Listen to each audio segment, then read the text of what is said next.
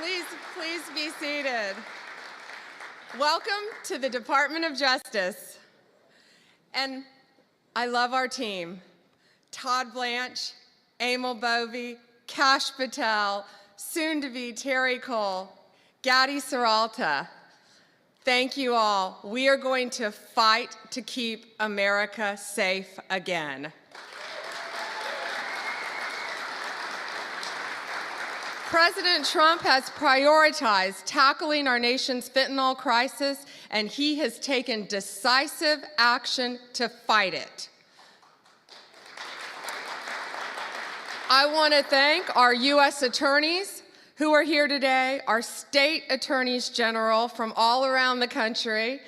I see all my friends out there, my colleagues, who will work to prosecute violent criminals, get the drugs off our streets, get the gangs off our streets, and get the illegal aliens out of our country.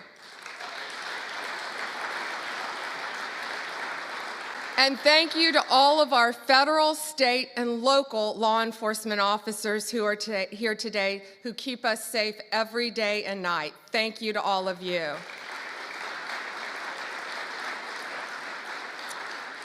Today we have with us one of the most effective drug-seizing teams in the entire country. I said I wish I told them earlier, take them and put them in every major city in the country. Since January, they have saved millions of lives taking drugs and illegal weapons off the streets of Boston. And Todd, they asked us for more U.S. attorneys. I told them we're on it.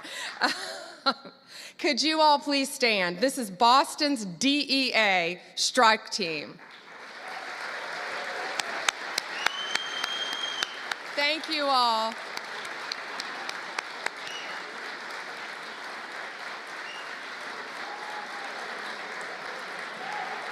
Thank you.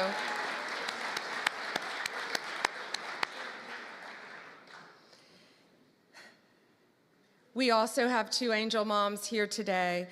Anne lost her son. He was 15. He thought he was taking a Percocet at school, and it was laced with fentanyl. And he was beautiful. And I'm so sorry. But all of these people in this room, thanks to the directive of Donald Trump, are going to keep our streets safe and protect our kids. Thank you for being here.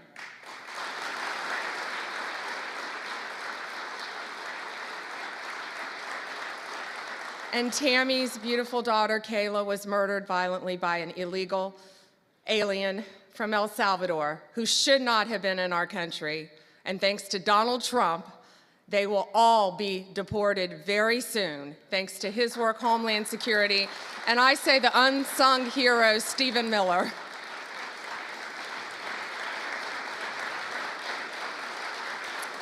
On stage, we have, this is 180 kilograms, it represents, not real, of fentanyl, okay? So this represents 1 kilo of fentanyl. In its pure form, this 1 kilo can kill 500,000 people. The 180 there, in pure form, could kill 90 million people. That is the population of California, Texas, and Florida. That's what we're dealing with in our country. That's why angel moms go around the country. That's why Donald Trump has taken such a hard stance against cartels, securing our borders, getting these gangs and drugs out of our country. But look at that. That can kill 3 states in its pure form. That should terrify everyone. I see our senators made it. Did our senators? Thank you. However, taking the drugs off the streets is only half the battle. President Trump has secured our borders and will continue to fight the cartels throughout this country, deport them all, or lock them up for the rest of their lives, thanks to our prosecutors around this country where they belong. Under the last administration, cartels, criminals, they freely walked in and out of our country with impunity. No longer. Under Donald Trump, They live in fear, and they better live in fear because we're coming after all of them. I am so proud to have a team with Emil and Todd and all of our great team, and we all work for the greatest president in the history of our country. We are so proud to work at the directive of Donald Trump. It is, he will never stop fighting for us, and we will never stop fighting for him and for our country. It is an honor to welcome to the Department of Justice the 45th and the 47th President of the United States, Donald Trump.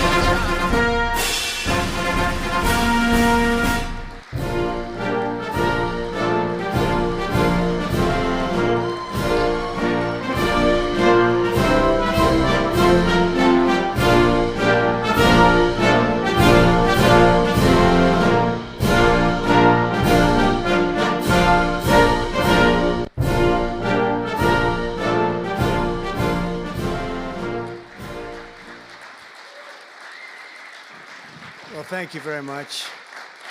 Thank you. Thank you, Pam, very much. What a job you're doing. And it's a true honor to be with you today. This is a storied hall, if there ever was one. And based on the crowd, I think we broke the all-time record. But as we begin a proud new chapter in the chronicles of American justice, this really is something. We're turning the page on 4 long years of corruption, weaponization, and surrender to violent criminals, and we're restoring fair, equal, and impartial justice under the constitutional rule of law. And you're the people that are doing it. Very, very proud of all of you. Under the Trump administration, the DOJ and the FBI will once again become the premier crime-fighting agencies on the face of the earth. People ask me, what am I going to do about law enforcement all the time? The fake news back there, they're asking me that all the time. What am I going to do? And when are you going to do it? And I answer them by saying I've already done most of it by appointing the people that I've appointed. They're sitting right here. They've done most of it. I don't do it, they do it. Right, Pam? I think, oh, you are so tough, they just don't know yet. Let me begin by congratulating the incredible people who will lead these historic reforms. And we start with somebody that you just saw, Pam Bondi. She's extraordinary, and I've known her very well for a long time.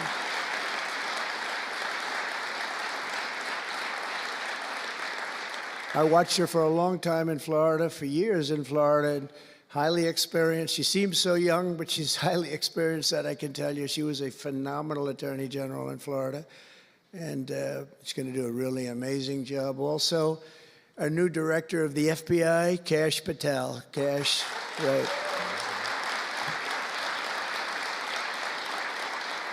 A man that I'm very proud of. I've known him and Emil for a long time under tremendous pressure. I saw these guys under some of the most corrupt judges it's not even imaginable how corrupt they were.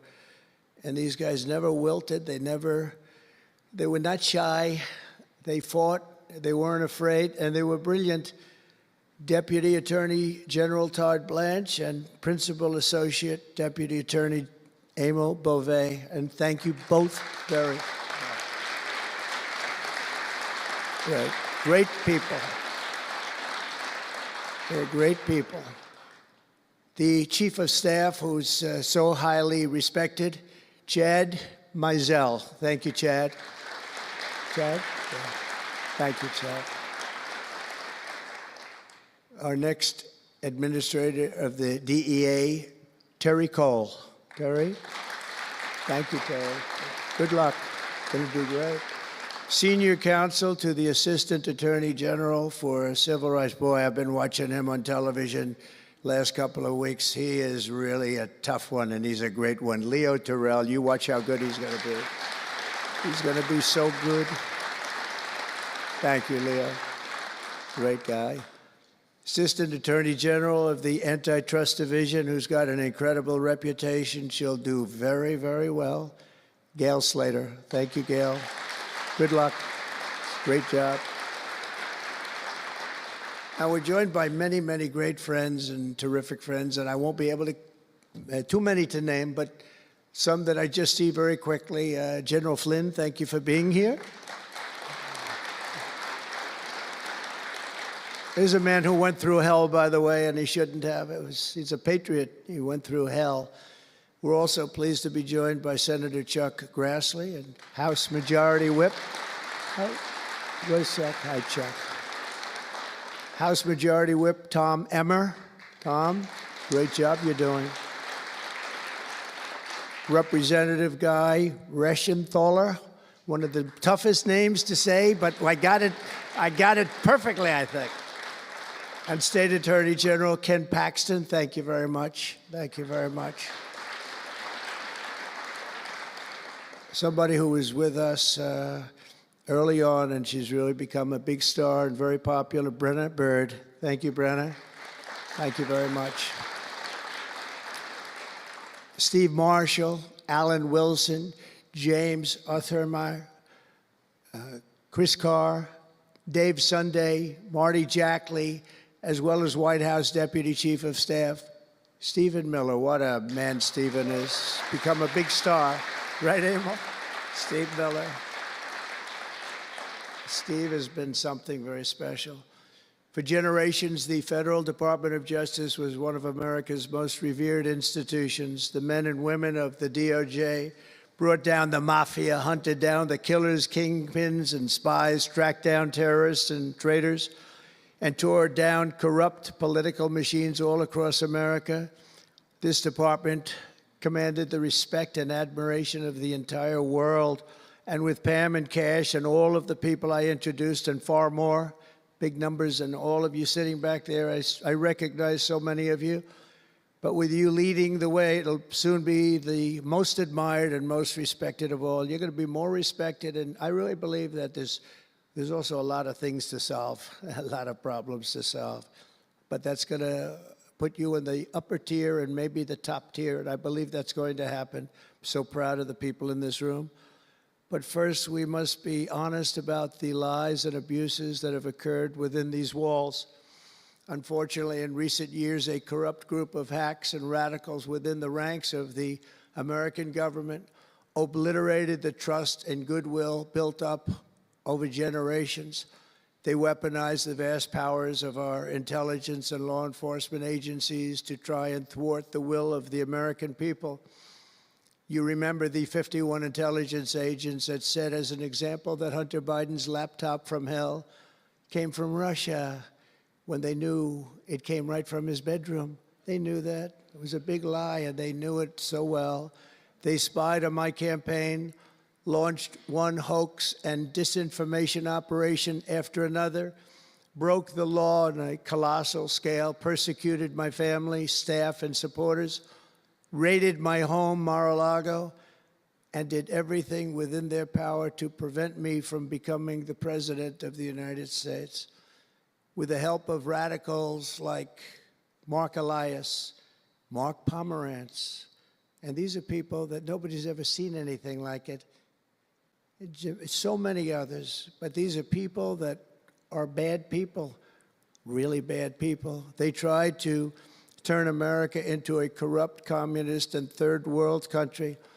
But in the end, the thugs failed and the truth won. Freedom won, justice won, democracy won, and above all, the American people won.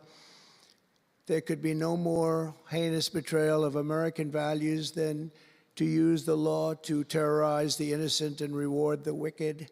And that's what they were doing at a level that's never been seen before. And it's exactly what you saw with Joe Biden, Merrick Garland, and their cronies to do the building of the last 4 years. What they've ripped down is incalculable. But what you're going to build up is likewise something that will be breaking all sorts of records. They set loose violent criminals while targeting patriotic parents at school board meetings. They dropped charges against Antifa and Hamas supporters while labeling traditional Catholics as domestic terrorists. The Catholics, we did very well with the Catholic vote, so I want to thank them for that. They imported, they really did. Record numbers. I would say, what's with the Catholics? They're really after the Catholics, so I don't know. They were after a lot of people. Maybe they didn't even know why. They imported illegal alien murderers, drug dealers, and child predators from all over the world to come into our country while putting elderly Christians and pro-life activists on trial for singing hymns and for saying prayers. They went to jail for that. Our predecessors turned this Department of Justice into the Department of Injustice. But I stand before you today to declare that those days are over, and they are never going to come back. They're never coming back.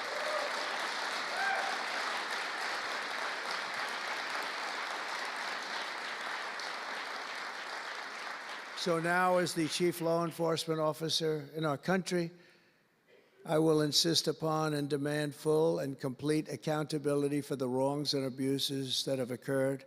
The American people have given us a mandate like few people thought possible. We won every single swing state. We won the popular vote by millions and millions of people. We won districts, 2,750. Think of that, 2,750 districts compared to 505. So we won it at levels that have, I don't believe, ever seen before. That's the one where you see the map of the United States and it's all red. Red for Republican, not for communist. Red for Republican. They would like it to turn red for communist, but it didn't work out that way. The American people have given us a mandate and really a far-reaching investigation is what they are demanding into the corruption of our system. And that's exactly, I'm sure, what Pam and Cash and everyone else mentioned here and not mentioned is going to be doing. We will expel the rogue actors and corrupt forces from our government. We will expose and very much expose their egregious crimes and severe misconduct, of which was levels you've never seen anything like it.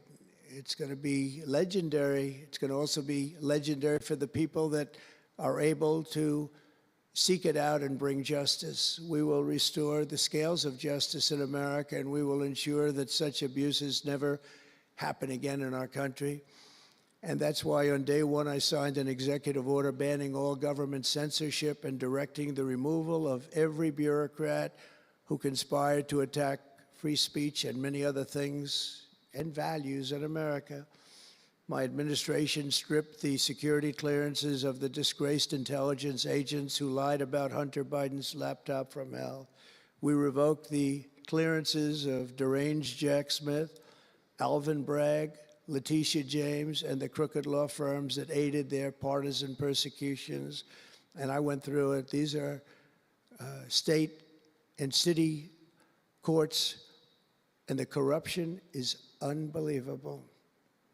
We also terminated the clearances of the Biden crime family and Joe Biden himself. He didn't deserve it. In fact, he was essentially found guilty, but they said he was incompetent, and therefore let's not find him guilty, I guess. Nobody knows what that ruling was, but I didn't want any part of it. I think I would have rather been found guilty than what they found with him. They said he didn't know what the hell he was doing, and therefore he's let him go. I said, you know, I'd rather be convicted, Pam, I think, than that. That was not good. I said, please convict me, don't say that. I pardoned hundreds of political prisoners who had been grossly mistreated. We removed the senior FBI officials who misdirected resources to send SWAT teams after grandmothers and J6 hostages. And it was a great honor for me to fire, I will tell you this, a great honor to fire James Comey. A great, great honor. That was nothing. There was no better day. A lot of people said, oh, that's too bad you did that. And they said, that's going to be, and you know what? A year later, they said, that actually saved the administration, because the level of corrupt things that we learned after that turned out to be that they were doing, in fact, really bad things. He was a terrible person, did terrible things, and persecuted people, and all in the guise of being an angel, but he wasn't an angel. We created a brand new DOJ task force and anti-Christian bias, and under Director Patel, we're getting the FBI agents out of the headquarters in Washington, D.C., and back on the streets in pursuit of dangerous criminals where they belong and where they want to be. And, you have that big FBI building, and it's a very big building, and they were going to build an FBI headquarters 3 hours away in Maryland, a liberal state, but that has no bearing on what I'm about to say, but we're going to stop it. Not going to let that happen. We're going to build another big FBI building right where it is, which would have been the right place because the FBI and the DOJ have to be near each other. You can't that's one thing I did learn from this persecution. The FBI and the DOJ work together.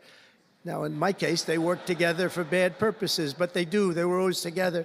So how can you have one that's 3 hours away? But one thing I said to Cash, well, we're going to get a great building built. It's going to be a magnificent building. He said, sir, we don't need that kind of room. I said, what do you mean? He said, I'm just going to take a old Department of Commerce building that's about 25% the size, and that's what I need. We're going to have the best staff that you've ever seen, and that's what I need. It's in a nice location, but I don't need that big building. Why don't you just sell the site to somebody, and we're going to be very happy. And they want to have far fewer people, but we also want to have them in D.C., and if for no other reason, we like having law enforcement walking the streets of our capital, because when the bad guys are out there and they see there's an FBI agent, that's the ultimate in law enforcement, and they're not going to be acting so bad. We're cleaning up our city. We're cleaning up this great capital, and we're not going to have crime, and we're not going to stand for crime, and we're going to take the graffiti down, and we're already taking the tents down, and we're working with the administration, and if the administration can't do the job, we're going to have to take it back and run it through the federal government. But we hope the administration is going to be able. So far, they've been doing very well. The mayor's been doing a good job. We said there are tents galore right opposite the State Department. They have to come down, and they took them down right away. And so far, so good. But we want to have a capital that can be the talk of the world. When Prime Minister Modi of India, when the President of France, and all of these people, the head of Prime Minister of United Kingdom, they all came to see me over the last week and a half. And when they come in, I had the route run. I didn't want to have them see tents. I didn't want to have them see graffiti. I didn't want to have them see broken barriers and potholes in the roads, and we had it looking beautiful. And we're going to do that for the city. And we're going to have a crime-free capital. When people come here, they're not going to be mugged or shot or raped. They're going to have a crime-free capital again. It's going to be cleaner and better and safer than it ever was, and it's not going to take us too long. There's a new phenomena that is taking place where these violent, vicious lawyers that we have all over, they play the ref. You know what playing the ref is? Like the great Bobby Knight basketball coach. He'd scream and scream at the ref. He'd scream. I watched it. By the way, I love Bobby Knight because he endorsed me. And having Bobby Knight's endorsement in Indiana was an extremely good thing. A friend of mine said I was running in Indiana at the time. This was early on, 2016. And I was doing great.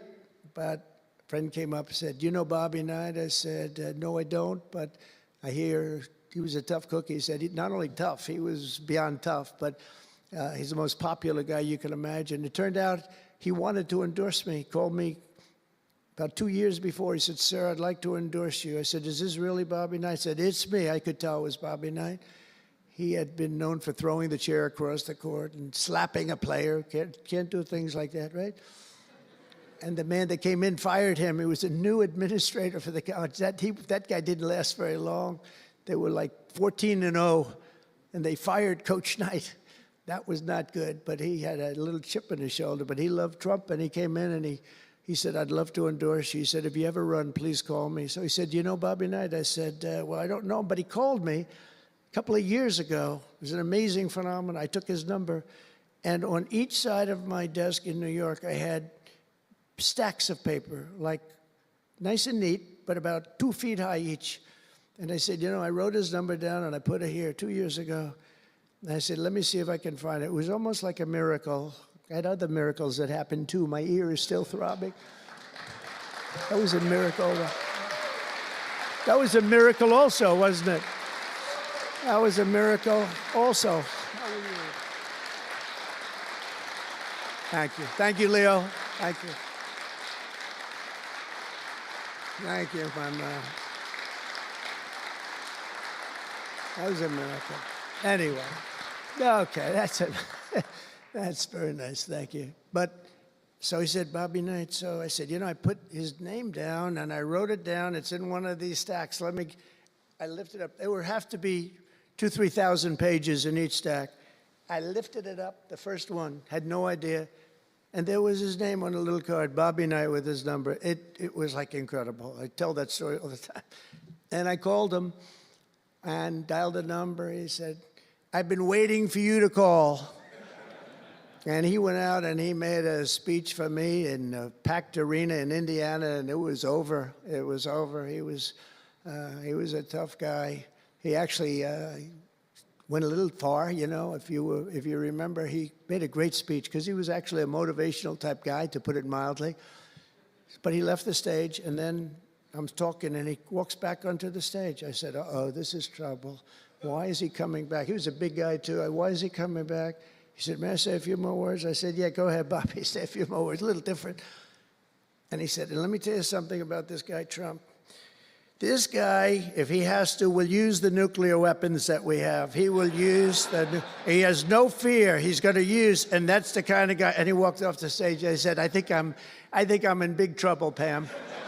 That was not good, but it worked out okay. In the meantime, we won the state in a landslide, and it was great, and it was just an amazing period of time.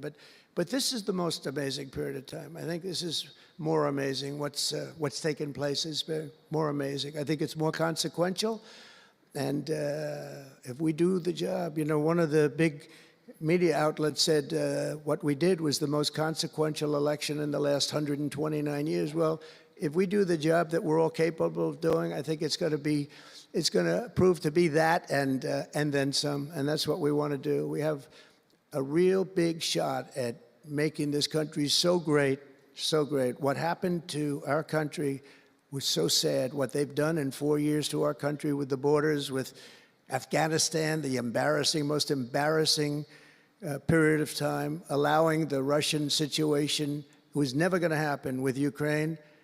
Allowing October 7th to happen would have never happened, because under me, Iran was totally broke. They had no money. They weren't giving any money to Hamas or Hezbollah. It was totally broke. But allowing inflation, look at what inflation's done to people, been so devastating. And now you see that, by the way, price of eggs is down 35% in the last week and a half. We're doing a good job. Brooke is doing a good job. Brooke Rollins and everybody. And inflation's down, interest rates are down, gasoline has come down to a level that we haven't seen in a long time. All things that we wanted to do, because then everything else is going to be coming down. We want it to come down. We want bacon to come down, and groceries, a term I used to use. It's sort of an old-fashioned term, but I used to use it on the campaign trail, those last 90 perfect, beautiful days. We just hit it. And I want to thank Susie. You have done a great job, Susie Wiles. Great job, Susie. A big magazine just named her the most powerful woman in the world, and that's okay with me. She is the most powerful woman. You think about it, John, right? The most powerful woman in the world, but she's great. And we had a great 90 days. It was a perfect 90 days, and it was a great result, but we want to put that result to good use by doing a phenomenal job. And I want to tell you that Todd and Emil know this very well. We had an amazing judge in Florida, and her name is Eileen Cannon, and I didn't know her. I still don't know her. I don't believe I ever spoke to her, even during the trial, but I did appoint her federal judge, and these fake lawyers, these horrible human beings, were hitting her so hard, public relations-wise. They were playing the ref. I don't think it's legal. I don't think it's legal. They might as well go out and just shout it in a courthouse. They were saying she was slow, she wasn't smart, she was totally biased, she loved Trump. I didn't know her, other than I saw her the couple of days that I was in court, and I thought her decorum was amazing. Anything bad they could say, though, they were saying about her, it was whatever they could say bad about a human being, all made up. because actually she was brilliant. She moved quickly. She was the absolute model of what a judge should be. And she was strong and tough. And how do you get them to stop if you're a judge? How do you get them to stop with the playing the ref? Bobby Knight would play the ref. That's why I brought up the Bobby Knight story. He would play the ref. He'd scream at the ref. He'd scream so hard. Oh, boy, it was terrible, actually. And the people would come up, his assistant coaches would come up to players. Coach, don't do that. Don't do it. He said he's not going to change his tune, coach. He called it. He's not changing. I don't care. And he's screaming. That's when he threw the chair. He starts going crazy. And he said, no, he's not going to change this time, but he's going to change for the next play. And sure as hell he did. You know, Bobby, by the way, had the last undefeated team in basketball. And relatively speaking, you know, he had a team. He always had a team. He never had that. Well, he had a couple of great players, obviously, some top NBA players, but very few relatively. He had a team, but he won the national championship 3 times, but he had the last undefeated team in basketball. And he would play the ref, and he would scream at him. He knew exactly what he was doing. They're doing the same thing. He said, no, he's not going to change now, but he's going to change for the next one. That's what he wanted to do. He wanted to scare the hell. They wanted to scare the hell out of the judges, and they do it. And how do you stop it if you're a judge? Because you want to go home, you have a family, you have children, and the New York Times will write whatever these people say, and the Washington Post, and the Wall Street Journal, and MSDNC, and the fake news CNN, and ABC, CBS, and NBC, and they'll write whatever they say. And what do you do to get rid of it? You convict Trump. All you have to do is be really tough on him and ultimately convict him, and they leave you alone. It's totally illegal what they do. I just hope you can all watch for it, but it's totally illegal. And it was so unfair what they were doing to her. But they do it all the time with judges. But in her case, she was very courageous, and it only made her angry. Wouldn't you say? It just made her angry. She didn't like it. A lot of them say, oh, please don't say that about me. My family, what's my husband going to say? What's my wife going to say, or my kids? Please don't say that. And it had absolutely no impact on her in the case against me, which was a case, I will not use a bad word. I promised my wife I would never use a bad word, so just a little bad. The case against me was bullshit.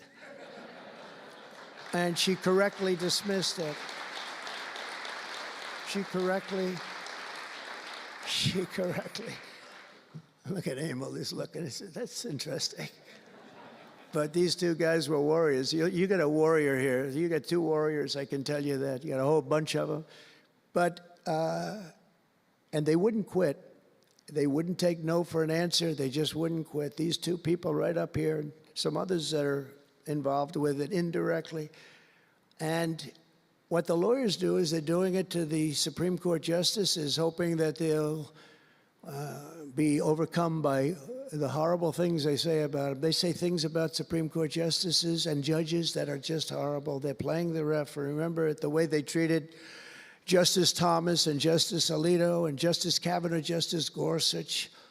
Chief Justice Roberts get treated unbelievably badly, and they're hoping that they can sway them to go along because, again, what do? They're humans. You know, like it would be wonderful if everybody was just a perfect computer machine. But they're not. They're humans. And they don't want to be accused of many, many things, including gross incompetence. They don't like it, and they don't want it. There's not much they can do about it. You know, they're in a position they can't really fight back really very well. And so what they do is sometimes they get weak. I would say a majority, maybe, of the times. That's why I'm so impressed with Judge Cannon in Florida, how strong she was, how she held up. It actually made her more resolute than anything I've seen. I mean, it was amazing because they were hitting her so hard. It was so sad to watch this. But it's sad what they do to other judges. It's very sad what they do to the Supreme Court. And a lot of the judges that I had, if you look at them, they take tremendous abuse in the New York Times and the Washington Post, all of the different networks. They take such abuse. And honestly, very simply, they're afraid of bad publicity. They don't want bad publicity. And it's truly interference, in my opinion, and it should be illegal, and it probably is illegal in some form. There's no difference than speaking to a judge or shouting to a judge or doing whatever you have to do in a courthouse. They're doing it behind the back. They're usually doing it anonymously. They're saying anonymously, off the record, the judge is no good, but everybody knows where it's coming from. And it's totally coordinated. It's a campaign, and it's by the same scum that you have been dealing with for years, like guys like Andrew Weissman, deranged Jack Smith. There's a guy named Norm Eisen. I don't even know what he looks like. His name is Norm Eisen of Crew. He's been after me for 9 years. Now, Crew is a charitable organization. And the reason I'm saying this, Todd, is I'm only going to get one chance to say this. But these are bad people. I don't know who he is. I don't know what he looks like. But everything I read is Norm Eisen of Crew. And Crew is a charitable organization, and that's a political thing. His sole life is to get Donald Trump, and he's been vicious and violent, and he's trying, and he probably had pretty good success over the years. But with me, how did he do? I think I'm president. Am I here because I'm president? But we had to take all of that abuse. Even during the trials, we had to take tremendous abuse. Like, these wonderful guys, they're not legitimate people. They're horrible people. They're scum. And you have to know that. And you're going to have these cases where you can't allow yourselves to be deflected. You just can't let it happen. You have such a higher calling. And I believe that CNN and MSDNC, who literally write 97.6% bad about me, are political arms of the Democrat Party. And in my opinion, they're really corrupt and they're illegal. What they do is illegal. It makes no difference how big a victory I had. I can have the biggest victory in history. It makes no difference what kind of a failure the other side has. These people are going to go after me. And I said it during the big speech on Tuesday night. I said about Democrats, and I don't like that. I have great respect, by the way, for what Schumer did today. He went out and he said that I'm going to have to vote with the Republicans because it's the right thing to do. I couldn't believe what I heard. But, I think he's going to get some credit for it. I think. Let's see what happens tonight with the big vote as it comes. But these networks and these newspapers are really no different than a highly paid political operative. And it has to stop. It has to be illegal. It's influencing judges, and it's really changing law, and it just cannot be legal. I don't believe it's legal. And they do it in total coordination with each other. And everything we do, we're restoring law, restoring order, and restoring public safety in America. That's what we want to do. And we're bringing honor and integrity and accountability back to the highest levels of the FBI, DOJ, and throughout our government. We're bringing our country back faster than anyone ever thought possible. We're working so hard at doing it, and we want fairness in the courts. The courts are a big factor. The elections, which were totally rigged, are a big factor. We have to have honest elections. We have to have borders, and we have to have courts and law that's fair. Well, we're not going to have a country. Crooked Joe Biden got us into a real mess with Russia and everything else he did, frankly, but he didn't know about it, and he, generally speaking, signed it with AutoPen, so how would he know? That AutoPen is a big deal. I don't know, they're having, who's doing this? So when my people come up, Will and all of the people, Steve, they come up and, sir, this is an executive order. They explain it to me, and 90% of the time I sign it. 99% of the time I say do it, but they come up and I sign it. But you don't use AutoPen. It's number one, it's disrespectful to the office. Number two, maybe it's not even valid because who's getting him to sign? He had no idea what the hell he was doing. If he did, all of these bad things wouldn't be happening right now. But we're going to get you back into a great position, and we've already started. They say that we had the most successful first month of presidency. It's not a long time, but it's still a lot. It's like if you're a golfer, sinking a 3-foot putt on the first hole gives you confidence to sink something on the second hole. But if you miss that first putt, you don't like to have the putt on the second hole and the third hole. It could be a very bad experience. nice to get that first month, and now we have more than a month. Now we have a month and a half, and it's going really, really well. I can tell you as a little secret, although the cameras are blazing back there, so it's not that much. But I think we're doing well, as you have been hearing about Ukraine. I think we're doing now well with Russia. We're speaking with President Putin. We want to get the war over. Not only have we spent maybe $350 billion to Europe's, think of that, $350 billion to $100 billion, and yet we're across the ocean far away, so it shouldn't have been that way, but Biden let that happen too. And we're getting a deal where we're going to get that back, but much more importantly are the lives that we're talking about. On average, 2,000 young people are being killed every single day. Now, they're not from here. They're from nowhere close to here, but they're young people. They're human beings, and they have parents. They have sisters and brothers, the mothers and fathers, the friends and the families and the towns where they grew up. And they're losing, on average, 2,000, even 2,500 a week. And I want to get it stopped. And we've had some very good calls today with Russia and with Ukraine. They've agreed for a ceasefire if we can get it with Russia. And it's not easy. It's a tough one. But I think we're doing it. And as the Secretary General said yesterday of NATO, a terrific guy, he said without Trump, we wouldn't be talking about it. It would just go on for years, and millions of people have been killed, but millions more people would be killed. And he said it was a great honor. Without me, it would just keep going on. We're looking for the ceasefire now with Russia, and we've had some very good talks about it. We've had some very good responses. And I can tell you that there was a case where there would have been no war if I were president, and it's just 100% would not have happened, would never have happened. I used to speak to President Putin a lot about it. I said, don't do it. Don't do it. I won't tell you what the consequence was. I won't tell you what he said. But if he believed even 5% of what I said, then he would say, I'm not going to do it. And I think he did. But we had a good relationship, and we had a professional relationship, and his respect for this country. And I think we've had some very good results. So, you know, I haven't been able to say that to anybody else. I haven't wanted to say it until just before I came here. I got some pretty good news. So, but we have to see what happens. It's still a long way to go. The fighting is unbelievable. Russia has a large group of Ukrainian soldiers, as we speak, surrounded and in grave danger. They've been able to surround them. They're in grave danger. Biden should have never let this war happen.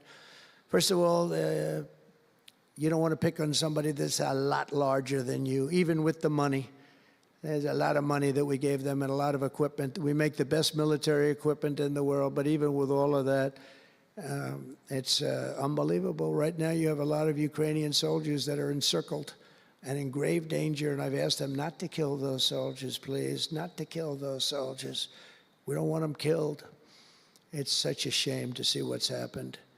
A thing like that would have never happened.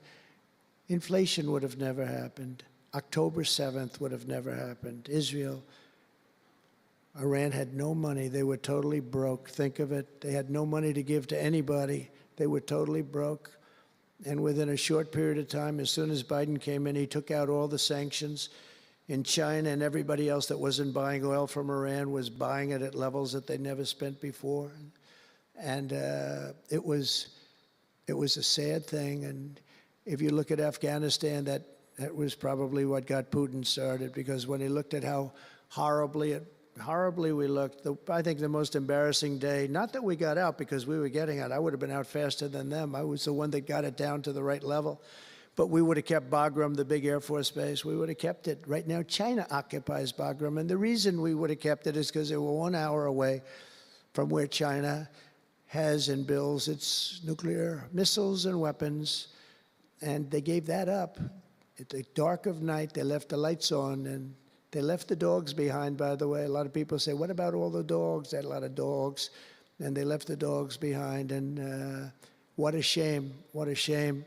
The way we got out, I think it was the most humiliating time in the history of our country. The way it happened, not that we were getting out, because we wanted to get out, but we would have gotten out with dignity and strength. And what a difference a rigged and crooked election had on our country when you think about it. And the people who did this to us should go to jail. They should go to jail. So I just want to say God bless America, because we have to say God bless. We're lucky we're still here, frankly. And this whole thing could lead, I think we have it. But this could lead to World War III very easily. Could very easily lead to World War III, but I think we're in pretty good shape, a lot better than we were before we got involved, that I can tell you. That was heading into World War III territory, and that would have been a war like no other because of nuclear weapons and other types of weapons that people you don't even want to know about. But as many of you do know, well, we're focused on persecuting, and these people were really focused on persecuting Republicans. The last administration presided over the worst increase in violent crime in our country in many, many decades. We had levels of violence and crime, and a lot of it had to do with the illegal immigrants that came in. Remember when I used to complain about it? Because I knew how tough they were, how mean they were. And they said, no, people that come into our country are all wonderful people. No, they're not wonderful. These are stone cold killers. These are killers they make our killers look nice by comparison. They make our killers look nice. These are rough, tough people with the tattoos all over their face. Historically speaking, I don't want to discriminate against anybody, but historically speaking, they're not going to be the head of any major bank that we know of. These are rough people. These are rough killer people, and they allowed them in by the millions. In major cities like New York, Chicago, and Washington, mothers can't walk their children to the park without fear of being shot or killed or raped or anything.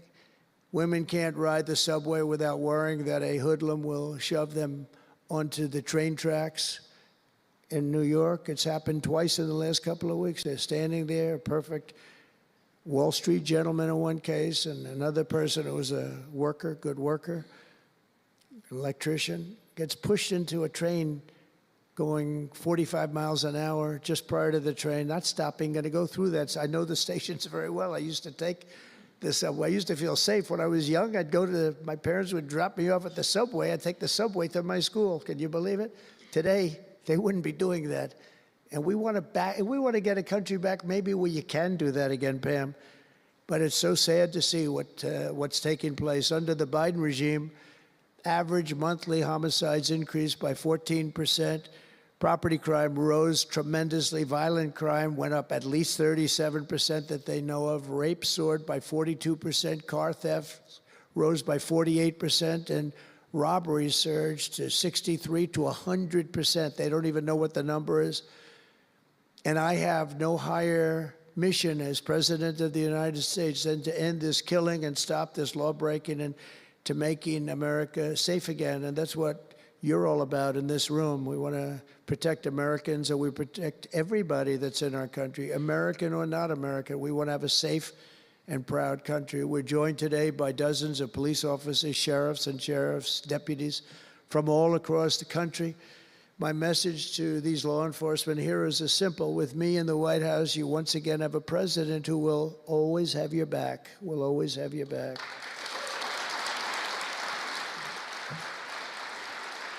Thank you, fellas.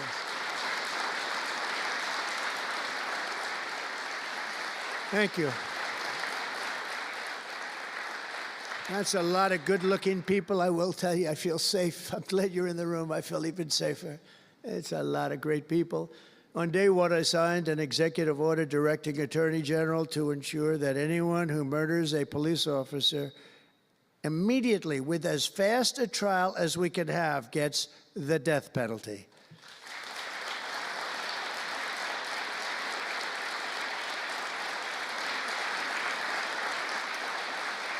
And last month, I fired all the radical left pro-crime U.S. attorneys appointed by Joe Biden. There were so many that were bad. And I know there were some that were probably very good, but there were so many that were so bad and so evil, so corrupt. Instead of having Marxist prosecutors who want to put police officers in handcuffs and go after a police officer rather than a criminal, I appointed patriotic, tough-on-crime warriors who will partner with police to put dangerous offenders behind bars, put them in jail. We're fully reviving 1033 program to provide state and local law enforcement with surplus military equipment that we have so much of it. I did it in my last administration, and I remember Obama wouldn't do it. He wouldn't do it before me, would not do it because he thought it made them look too strong, too military. I said, no, that's what I want them to look like. I want them to look strong. And it was protective, defensive equipment. We had billions of dollars. I gave it out, and now I'm going to have a chance to give it out again. They didn't want to do it with Biden. And Biden didn't know why. I didn't, if they would have asked him, he wouldn't have been able to answer the question. He could never answer a question. They said my press conference yesterday was longer than all of Biden's press conferences put together for the last 4 years. And I don't know if that's true, but it was close. And perhaps most importantly, we're securing our border and repelling the invasion of America. We have, you see the numbers have come down. So, and Tom Homan and Christie have been incredible. Christie Noem, secretary, she's done great. And Tom Homan is, I don't know if Tom Homan's here, but wherever he may be, I think he's chasing people out of our country. If he was here, I'd almost be disappointed. What are you doing, Tom? But he's a fantastic guy, and he's a brave guy. Over the past 4 years, other countries emptied out their prisons and jails, mental institutions, and insane asylums, and sent the killers, drug smugglers, and bloodthirsty inmates from the filthiest dungeons of the world straight into the USA. And open border. We had an open border policy. Anybody could come in, no matter what you were, no matter where you came from, no matter what you looked like, no matter what you were doing, no matter what you did, no matter how many people you murdered, you could come right into our country. We have murderers right now walking the streets. We're joined today by Tammy Nobles, whose 20-year-old daughter, Kayla, was attacked in her home 3 years ago, horrifically assaulted and strangled to death by an illegal alien MS-13 monster set loose into our country under the open border Biden regime. Kayla was one of countless American victims ripped away from their families by the open border policies of that administration. And we're also joined by Kayla's stepfather, Jeremiah, and several other courageous angel families here today. And I'd love you to all just stand up and take a bow because you are incredible people. Please. Thank you.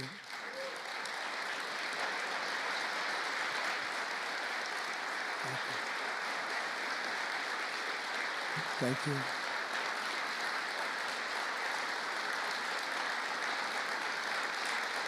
Thank you very much. Thank you. But I want you to know that we are working every day to expel these savages from our country and ensure that what happened to your loved ones will never happen again. So their legacy is going to be a great one. Thank you all very much. We appreciate it.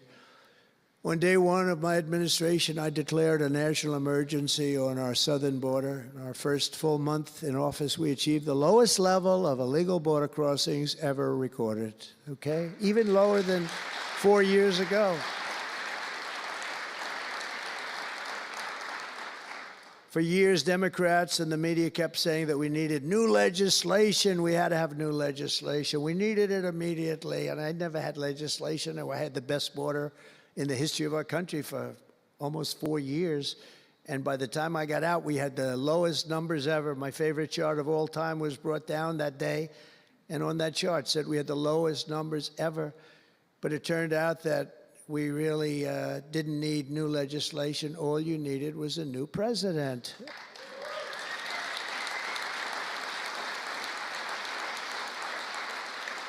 And I said that the other night.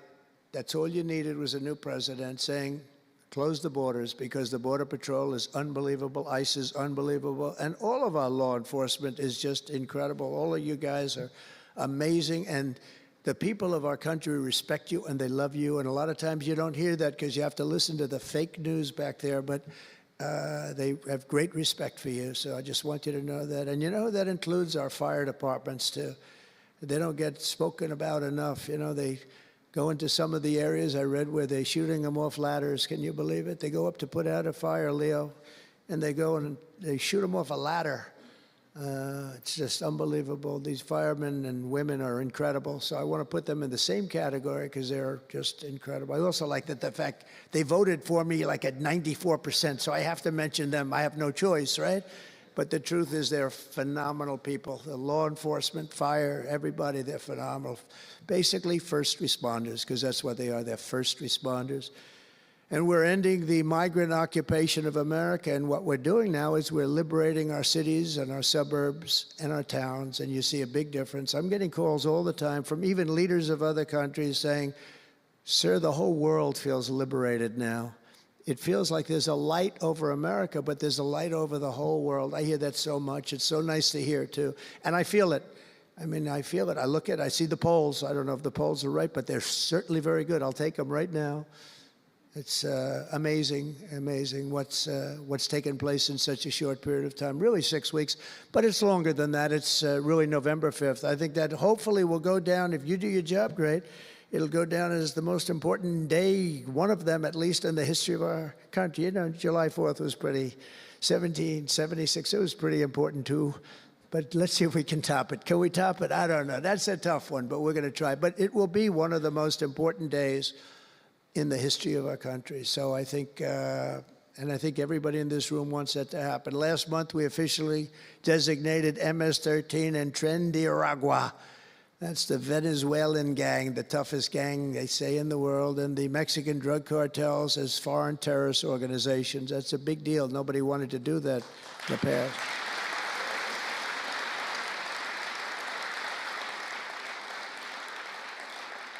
And by the way, we've caught hundreds of them, the Venezuelan gang, which is as bad as it gets. And you'll be reading a lot of stories tomorrow about what we've done with them. And you'll be very impressed. And you'll feel a lot safer, too, because they are a vicious group. They went into Colorado. They took over areas of Colorado. They sort of were like me. They were in the real estate business, but they didn't go out and get financing. They just took over a building and kept it. And they said to the tenants, get the hell out of here. One man called the police, and they cut off his fingers. And they say, you call again, your other fingers, and you call a third time, and you're dead. These are tough people and bad people, and we're getting them out of our country. And some are so bad, we don't want to get them out. We have to put them in jail because we don't want to even take a chance that they can come back. Thanks to our efforts, Mexico recently handed over 29 of the biggest cartel leaders, including the depraved kingpin charged with the 1985 murder of DE agent Kiki Camarena. And that was a big deal, if you know. They've been looking for this person for years, many years, and we got him. This evil killer will be now prosecuted to the fullest extent of the law. And we know that, well, it's, let's put it this way, I have to be nice. It's a very strong case. We're stopping the criminals pouring across our borders at record levels, and we're also stopping the massive quantities of deadly drugs. In 2023 alone, drug overdoses killed more Americans in 12 months than they did during the entire decade between 1980 and 1990, so 10 times more, but it's much higher than that. More Americans died from fentanyl last year than died in the Korean War, or the Iraq War, the Afghanistan War, all of them combined. That's why I've placed large tariffs on Mexico, Canada, and China, and they will remain in place until these deadly poisons stop pouring into our country. And I will tell you, as soon as I put on the tariffs on Mexico, Canada, and China, unbelievable results have been seen in the last few weeks. Unbelievable results. They weren't happy about it. You probably read they weren't happy, but they are working like hell to end it. They weren't working very hard before I did that. With us today is a brave mother and advocate, Ann Fundner, who lost her beautiful 15-year-old son, Weston, to fentanyl. And Ann, if you would, I'd like to ask you to come up and say a few words, please. Thank you.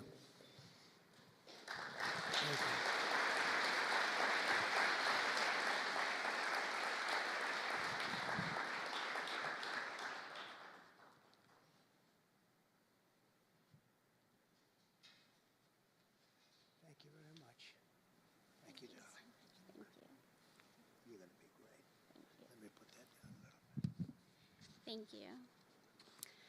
Well, first, I want to say thank you. I think this is the biggest honor of my entire life, being on stage with President Trump. but I want to tell you a little bit about my son, Weston, who absolutely loved President Trump. He had a beautiful Trump 2020 flag hanging in his bedroom, and he had it on the beach one day, and we took a picture, and it became our 2020 Christmas card with the most perfect slogan for President Trump: peace on earth. What would happen in the next 4 years would be devastational to our country and our safety of our children. And in 2022, Weston lost his life, a freshman in high school at the age of 15, from a single pill that took his life. The cartels were allowed to operate on American soil and took hundreds of thousands of American lives. And so we knew there was only one person that could save us from the devastation on our American soil, and that was President Trump. And so in 2024, we did the best thing that we could do to keep America safe again, and we elected President Donald J. Trump. Thank you. Thank you. Thank you.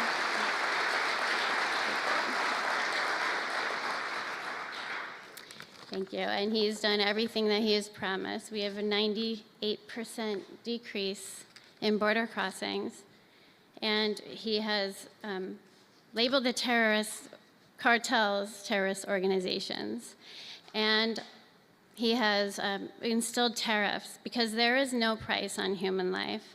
And so I feel like I can speak for the entire fentanyl fighting community when I say thank you to President Trump, and thank you to Pam Bondi and everyone out here who is fighting this fight. God bless you. God bless you, President Trump. And God bless America. Thank you. He's up watching you. He's up there watching you. And he's so proud of Mom.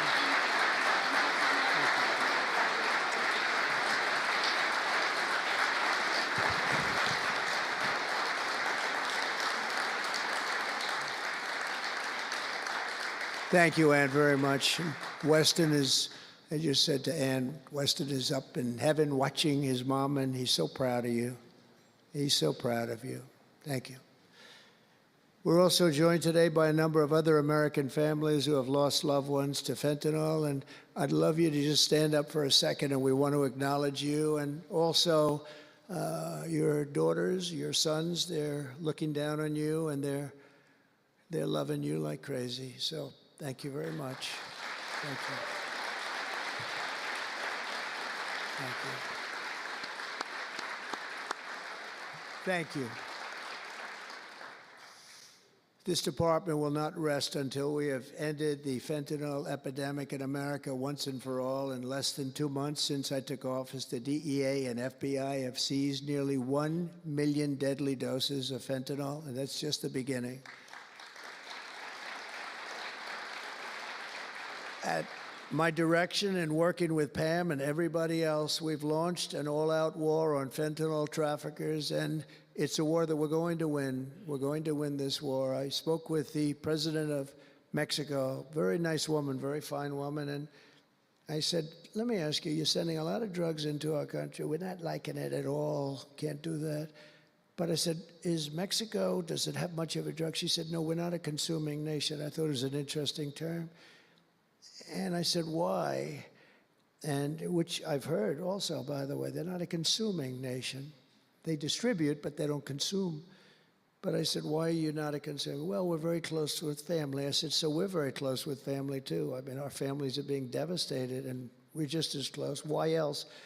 She said, well, we spend a lot of money on advertising saying how bad drugs are. They're very rough ads. They show the skin falling off and the teeth falling out and going blind and losing hair and everything that these things do. That you look like you just came out of a horrible concentration camp. And she said it was, they're rough ads.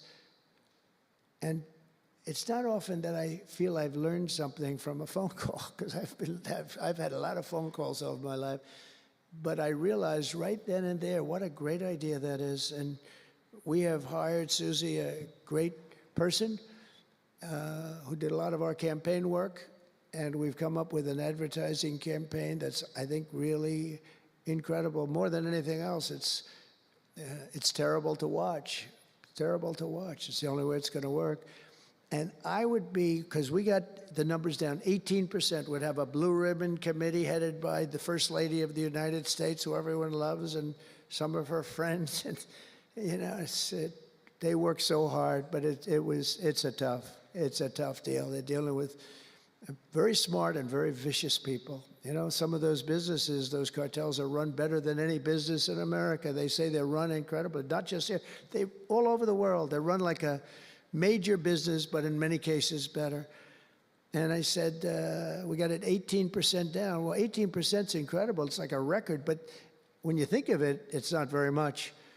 And the way you get it down, if you want to get it down to close to 100%, is with the death penalty. But I think maybe America is not ready for that. China has a death penalty. Singapore has a death penalty. Various places have the death penalty. Wherever you have the death penalty, you don't have drugs. But I just don't know if this country is ready for it. So I tell people, and it's always an option, but I don't know. I just don't know if you're ready for it, and that's okay. It's nothing you can do. But what we're going to do is we're doing this campaign, and I think we can get it down 50% with this campaign, because when people see all the horrible things that these drugs do to you, we're especially focused on fentanyl. When they see all of the horrible things that happen when you take drugs, how you look, you lose your look. Everyone's vain. They don't want to lose their look. The look is so important. And I think when they see these things, they may say, you know what, I'm going to take a pass. But there is big danger. Pam and I were talking about it before. A lot of people are taking fentanyl and not even knowing. They think they're doing something else, or maybe taking another drug, but at a much lower level. And they die. You can put on the pin, think of this, the head of a pin, fentanyl, and it's too much, and it will kill the strongest person in the room.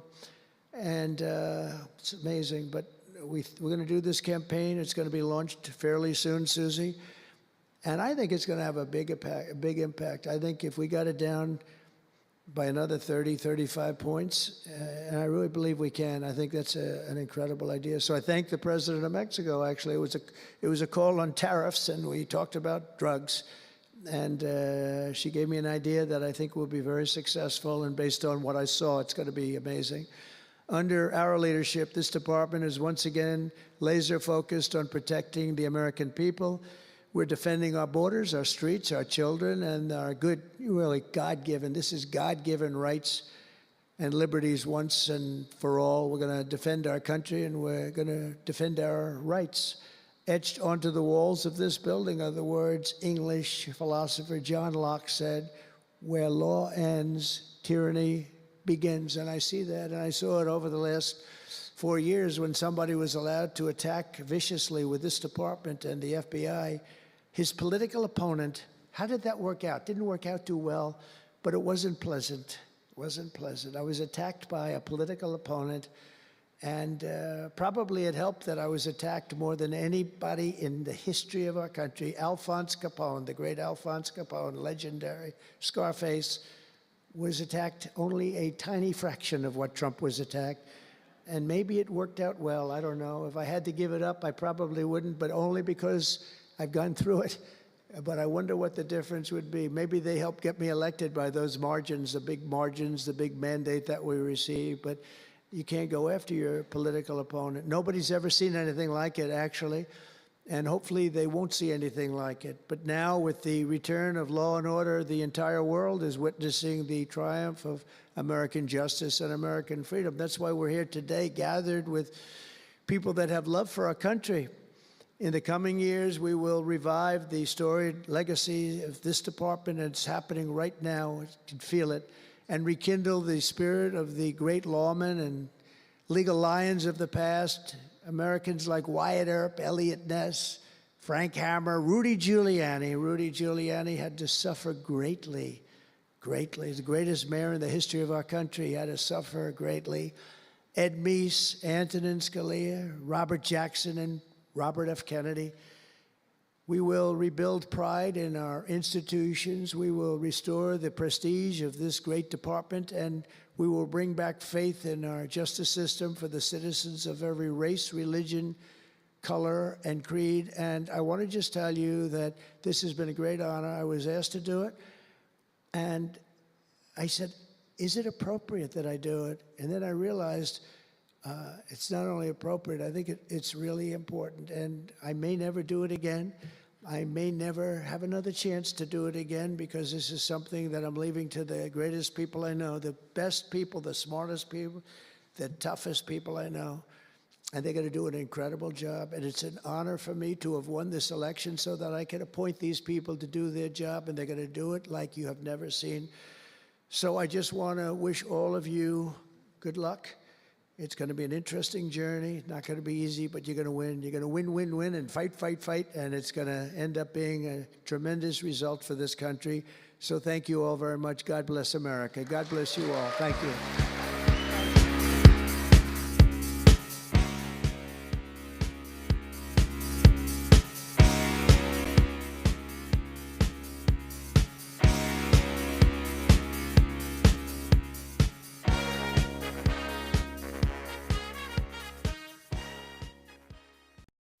Please welcome Attorney General Pamela Bondi.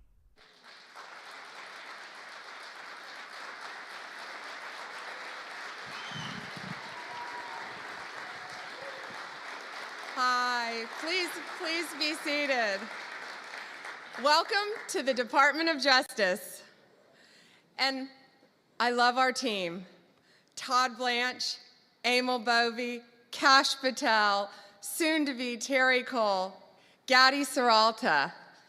Thank you all. We are going to fight to keep America safe again. President Trump has prioritized tackling our nation's fentanyl crisis, and he has taken decisive action to fight it.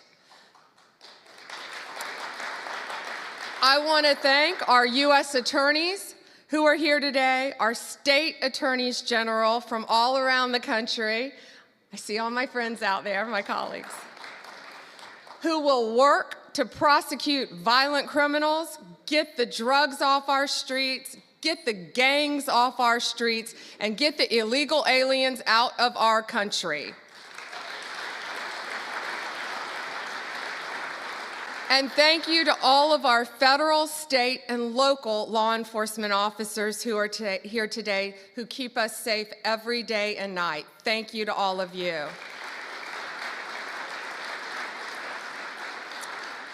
Today we have with us one of the most effective drug-seizing teams in the entire country.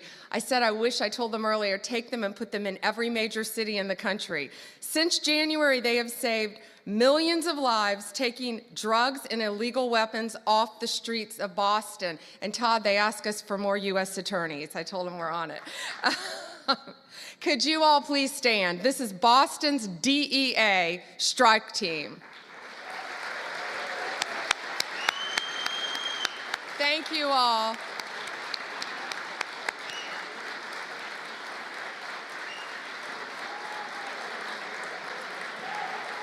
Thank you.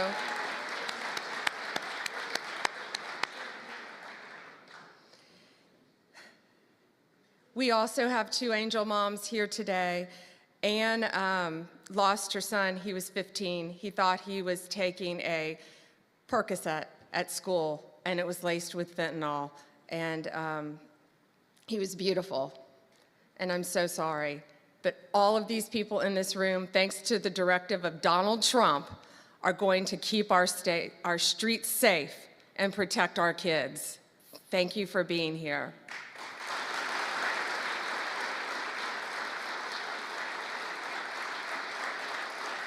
And Tammy's beautiful daughter, Kayla, was murdered violently by an illegal alien from El Salvador who should not have been in our country.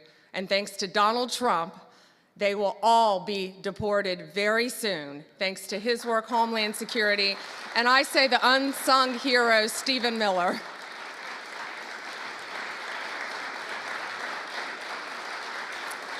On stage, we have, this is 180 kilograms, it represents, not real, of fentanyl, okay? So this represents 1 kilo of fentanyl.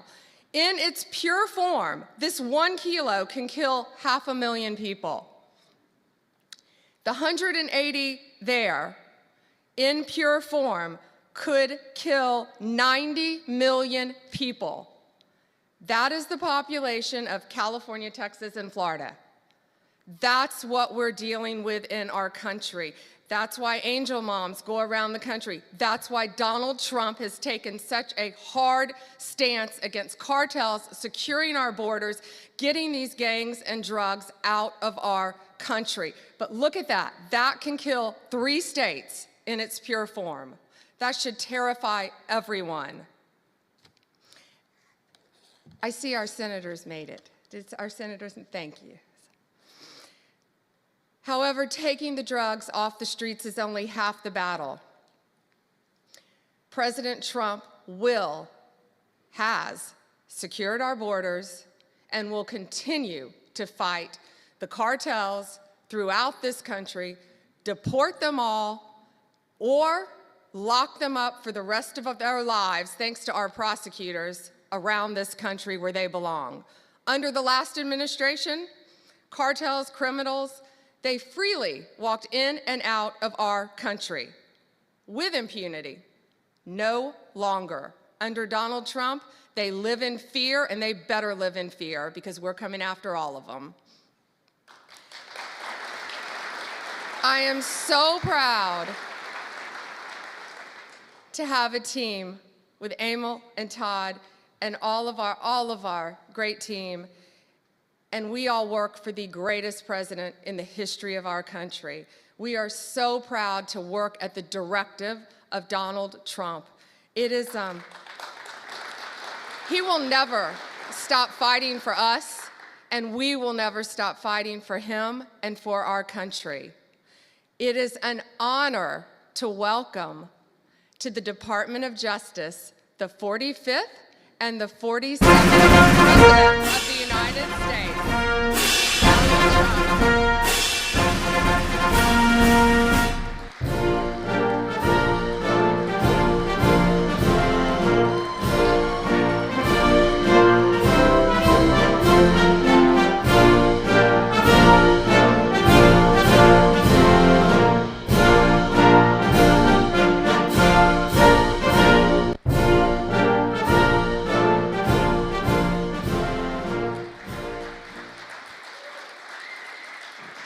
Well, thank you very much.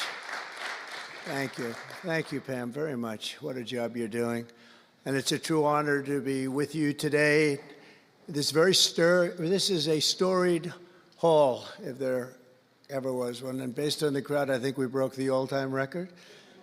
But as we begin a proud new chapter in the chronicles of American justice, this really is something. We're turning the page on 4 long years of corruption, weaponization, and surrender to violent criminals, and we're restoring fair, equal, and impartial justice under the constitutional rule of law. And you're the people that are doing it. Very, very proud of all of you. Under the Trump administration, the DOJ and the FBI will once again become the premier crime-fighting agencies on the face of the earth.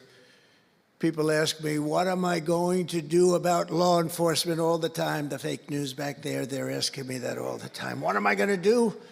And when are you going to do it? And I answer them by saying I've already done most of it by appointing the people that I've appointed. They're sitting right here. They've done most of it.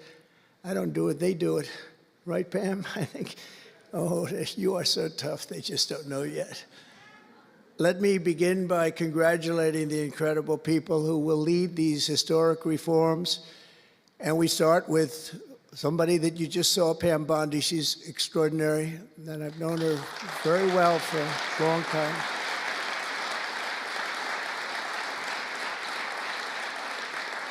I watched her for a long time in Florida, for years in Florida, and highly experienced. She seems so young, but she's highly experienced, that I can tell you. She was a phenomenal attorney general in Florida, and she's going to do a really amazing job. Also, our new director of the FBI, Kash Patel. Kash, right.